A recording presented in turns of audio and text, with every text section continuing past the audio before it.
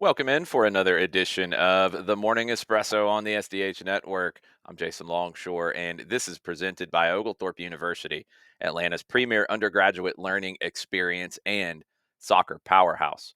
Lots of news today all over the world. We're going to start in the U.S. on the women's side as a second division women's professional league is going to be launched in this country for the first time ever.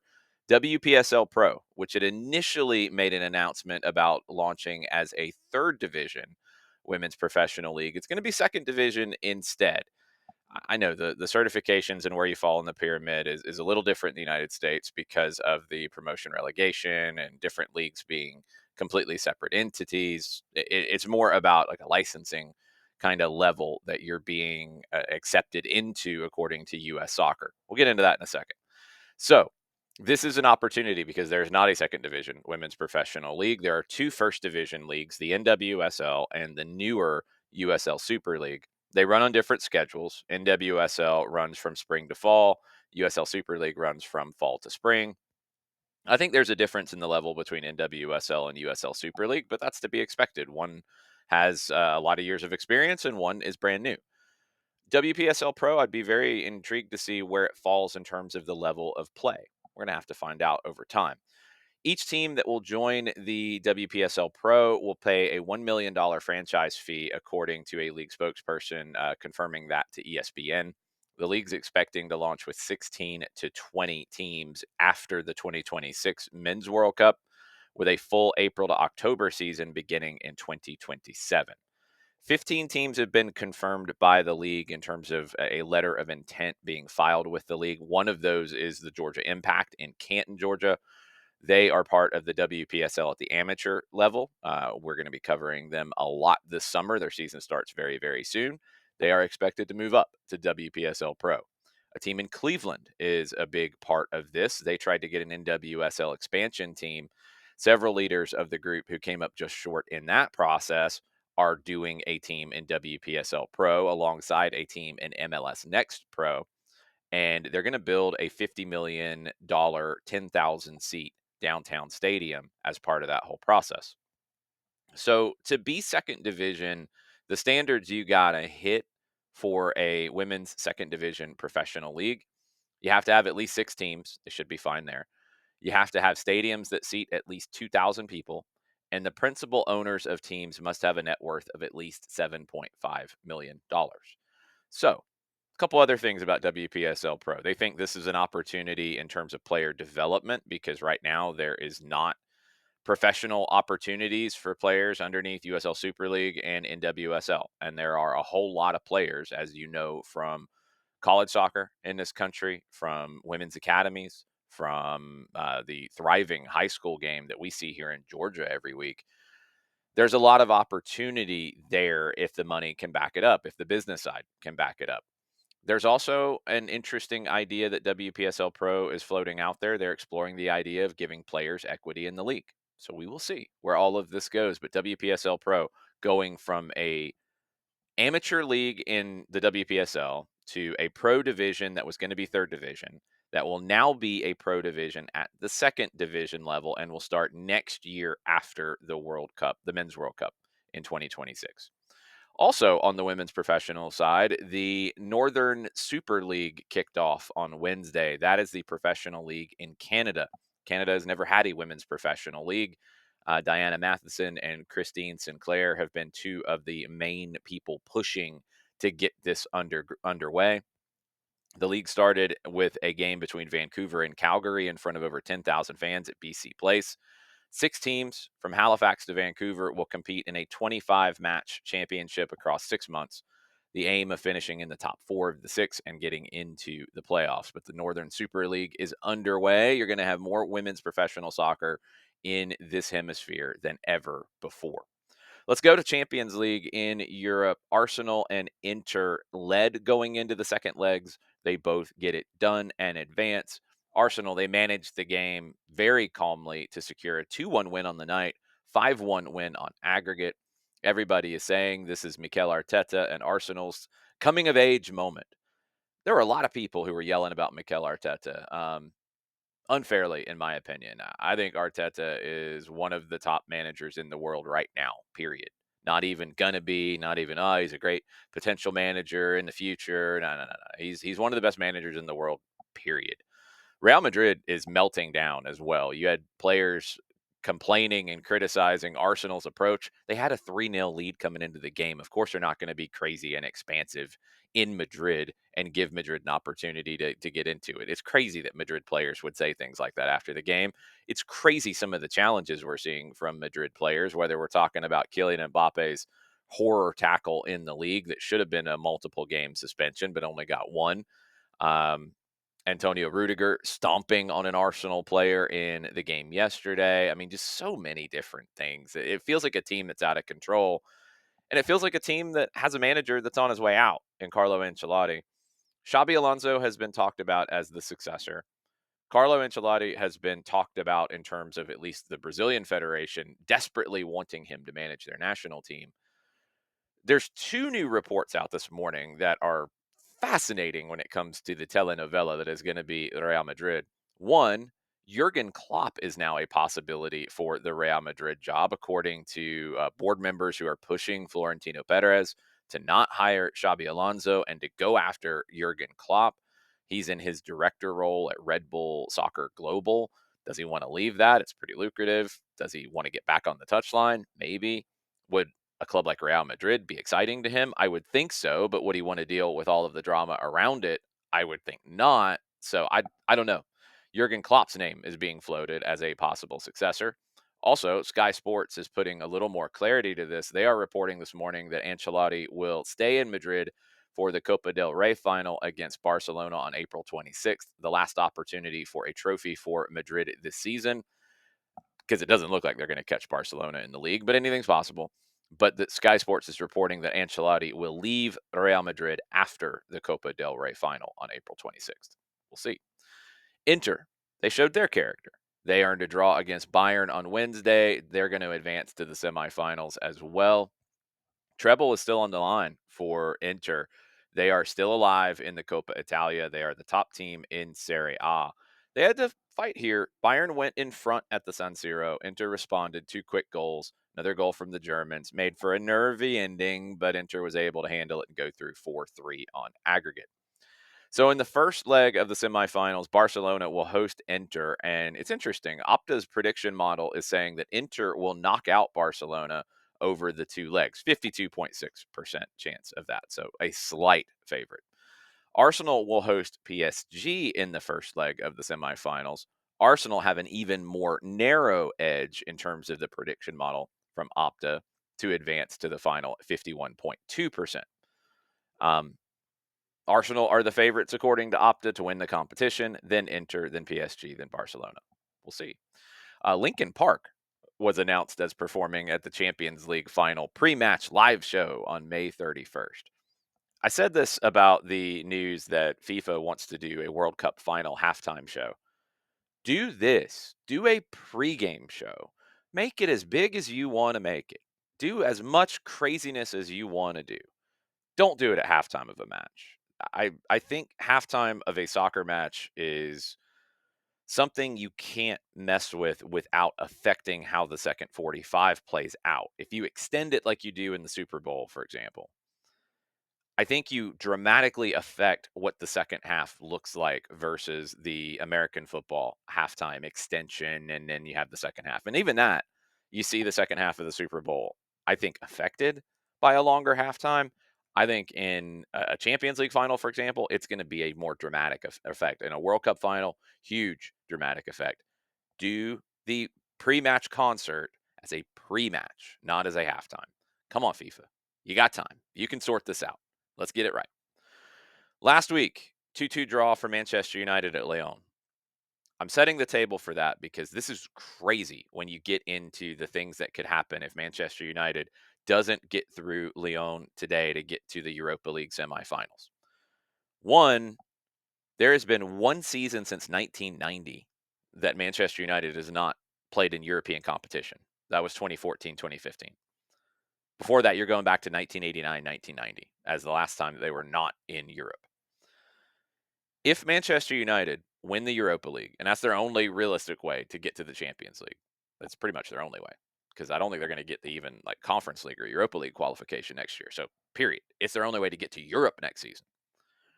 If they win Europa League and get to the Champions League, Manchester United would expect to earn minimum, minimum 85.8 million pounds. Minimum. If you win Europa League, obviously you're going to win your own prize money there, and their 17.2 million pounds is on offer if they can win the final in Bilbao in May, on top of what they've already earned in Europa League. And these are big sums to any club.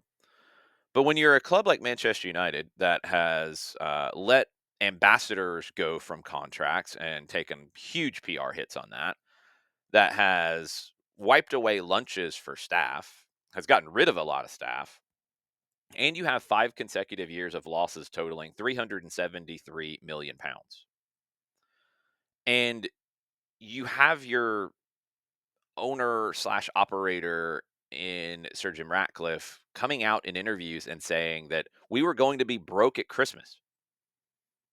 When you have all that in the background and you need to upgrade your squad because Ruben Amorim does not have the same level of talent to compete with others. You have all of that going on one side. And you go into this game today 2-2, going back to Old Trafford, and you have to win. You talk about pressure. Yeah, you need that minimum of 85.8 million pounds. That's not even getting into this. You've got contracts with sponsors and people like Adidas where if you don't qualify for European competition next year, you're going to lose money that you were already thinking you were going to get. So it's beyond like not winning more prize money. You're going to have then cuts on top of that. It's really bad for Manchester United at the moment financially. If you're cutting lunches from people, like it's pretty bad. So you talk about pressure. This is a game with a level of pressure that there's not many that can really compare to that. And I want to see how Manchester United handles it because, there's talk about, oh, they're linked to this player. They want to go get this player. They can't get anybody if they don't advance and win the Europa League final. It's not even like just advance out of the quarterfinals. They got to go win the whole thing. But they got to start today and get past a 2-2 level aggregate going back home to face Lyon. Crazy, crazy, crazy, crazy situation in Manchester for that one. Let's go to the Lamar Hunt US Open Cup.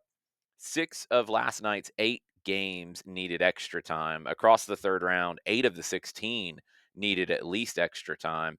In 4 of those, you needed penalties. The first penalty shootout was Tampa Bay Rowdies and FC Naples. It went 10 rounds, and a player who was injured in extra time had to take the last kick for FC Naples and put it off the crossbar. Chaos. Rowdies won 9-8. They advance.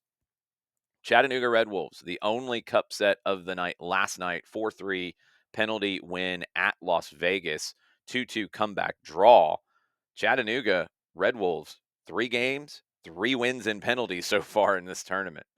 Sacramento Republic, they made the final in 2022. They were solid in beating El Farolito last night, 1-0.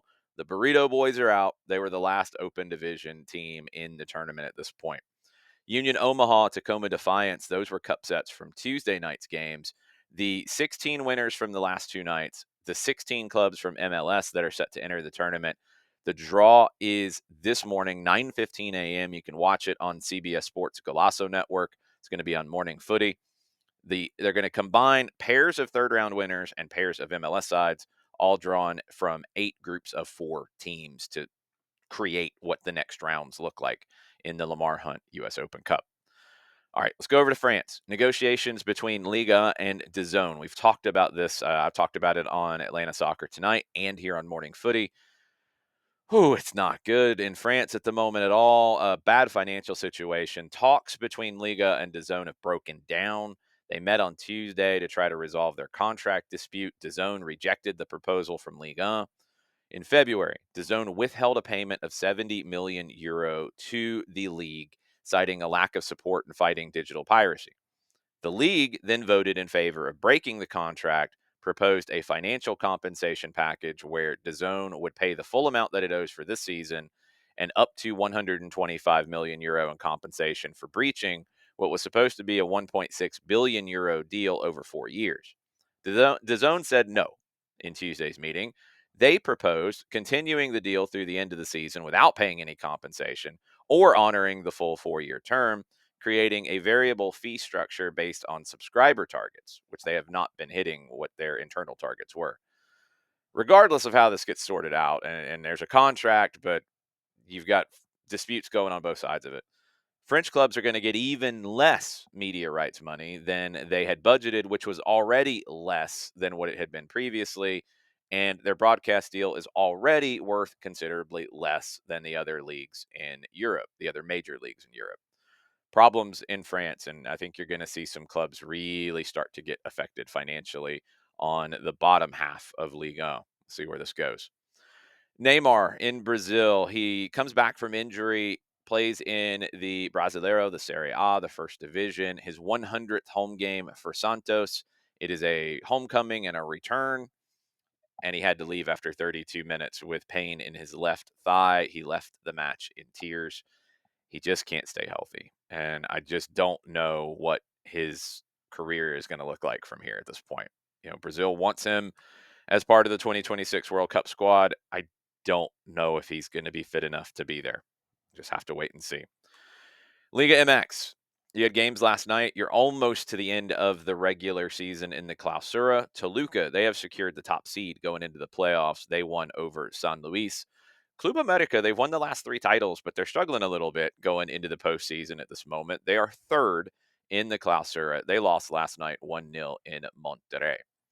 Virgil van Dijk, news this morning, he's going to sign a new 2-year contract at Liverpool, so he will join Mo Salah and staying at Liverpool through 2027. Big signing. You want to keep the core together as long as you can at Liverpool.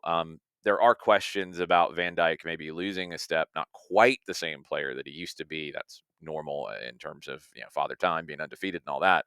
Um, Over the next 2 years, is he going to maintain the high level that we've seen? I mean, he's maybe the best center back in the history of the Premier League. Can he be close to that over these next 2 years? Liverpool is banking on that answer being yes. Inter Miami, Chicago Fire, NYC, DC United all have expressed interest in signing Kevin De Bruyne, according to reports, when he leaves Manchester City at the end of the season. Miami has his discovery rights. Others could trade for those. And I mean, you're talking some 6-figure sum of general allocation money to get those going to Miami. Miami would have to clear a designated player spot unless they can convince De Bruyne to take less money than a designated player would. The other teams, I believe, all have designated player spots open. So stay tuned. But Kevin De Bruyne, the sweepstakes is underway for him coming to Major League Soccer. And it looks like he will come to MLS versus other leagues in the world. Speaking of MLS, Orlando City, they signed Oscar Pareja to a new 3-year contract. He will be in charge at OCSC through 2028. Sixth season with Orlando City. He is the second longest tenured coach in MLS after Brian Schmetzer. He's got an Open Cup title, made the Eastern Conference final last year. I think there are some who are starting to say it's time to see more than that. But he does have a trophy, the first in club history. Got close to another one last year. Can he take the next step in Orlando? I think they're still a player, maybe 2 players away. I think there's going to have to be another increase in the level of investment in Orlando, and we'll see if they get there. Atlanta United's U18s, they have advanced to the Generation Adidas Cup quarterfinals. They knocked out Internazionale of Italy in the penalty shootout after a scoreless draw. Jonathan Ransom was named the player of the game. He made 2 saves in the shootout. Caden Moore, who's under contract to Atlanta United too, he will be signing a homegrown deal down the line. He converted the essential kick in the shootout, and Atlanta United's U18s will advance. They'll face Portland in the next round. That'll do it for this edition of the Morning Espresso, SDH AM, this morning at 9:05. We've got high school soccer tonight on the network. One of the many classicos around the state of Georgia tonight. Southeast Whitfield at Dalton. Going to be a fun one. Myself and Madison Cruz will be there to call it tomorrow night. Another one of the classicos in the state. McIntosh hosting Stars Mill. Maddie and John will have that one for you tomorrow evening. We'll have Training Ground Dispatch later today as well. We'll have an MLS 6-pack go out tonight. All kinds of content happening at the moment on the SDH Network. Thank you for being part of it. Thank you for subscribing to us on all of your different platforms, including YouTube.